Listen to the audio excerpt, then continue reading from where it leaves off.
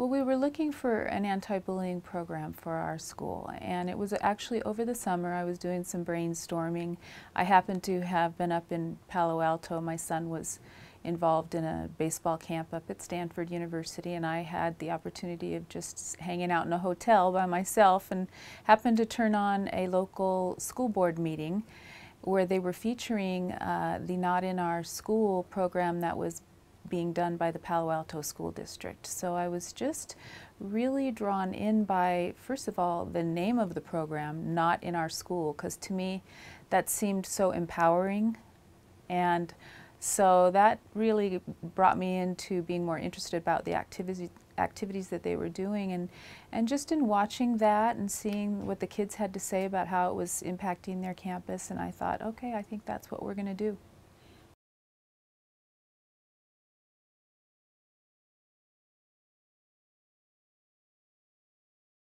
There was one activity in particular that stuck out that we've called, I don't know what they called it, but we call it Dissolve the Disrespect. And to me, in a nutshell, it was what I felt we needed to, it sort of symbolized the whole program to me. And the students were putting derogatory words down on paper, name calling, things that they've called other kids, negative feelings that they've had, and they were throwing it into this huge pond of water. And you'd see all these disgusting names that the kids knew that they had said. It was sort of a confession type thing. And it went into this pool, and by the end of the day, this pool was just, all of those words were gone, and it was just a wash of just all these beautiful colors. And to me, it just seemed very symbolic of what we're trying to do. So that was one activity in particular that we have brought down and we are using in our schools here for our activities.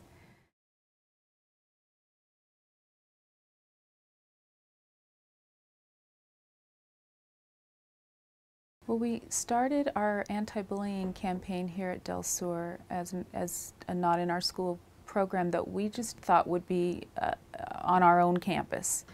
And as a part of that program, we had some members of the public come to visit. They were parents of our students, and we had administrators also from our own district. I knew that it would impact our students, which was why we created it, but I had no idea that it was going to resonate so much with the community. So literally, my phone began to ring off the hook. And we realized this community is looking for something like this. Well, what ended up happening is our Mayor Paris came to visit our school, and he commissioned us to bring our Not in Our Schools program to a higher level. So I created a plan for how we could do that, which would be to invite all of the 4 school districts with central offices in the city of Lancaster. I met with all the superintendents and principals of all of those schools. I had an in-service for them to try to bring them up to speed with the data, the statistics of the severity of the problem on their campuses.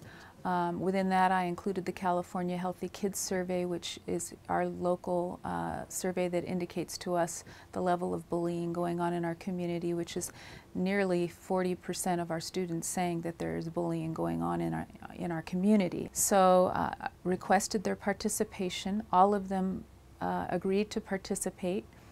And then my request was from each school for them to assign a team lead and 10 student ambassadors.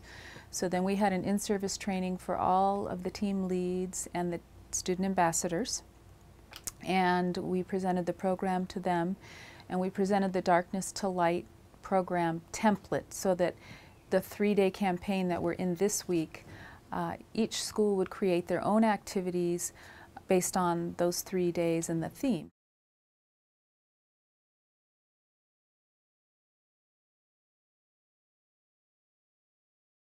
Our students have become activists.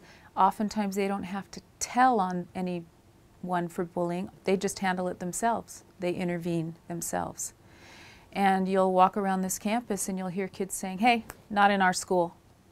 It's our theme, and they live it.